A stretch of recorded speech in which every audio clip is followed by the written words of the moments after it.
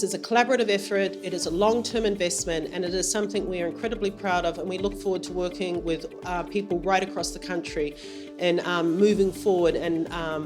really bringing forward the strengths of women, peace and security in Bosnia and Herzegovina and beyond.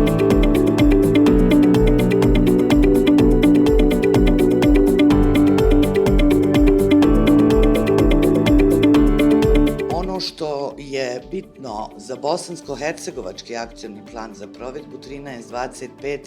je upravo već u trećem akcionom planu je uvedena ljudska sigurnost. Dakle, cijeli akcioni plan nije se fokusirao samo na nacionalnu sigurnost, jer govorimo o odbrani i sigurnosti, nego upravo na ljudsku sigurnost, dakle onu sigurnost u lokalnim zajednicama. Mi smo uspjeli sami napraviti nekoliko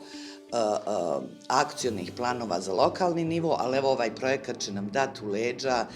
da se napravi u više lokalnih zajednica,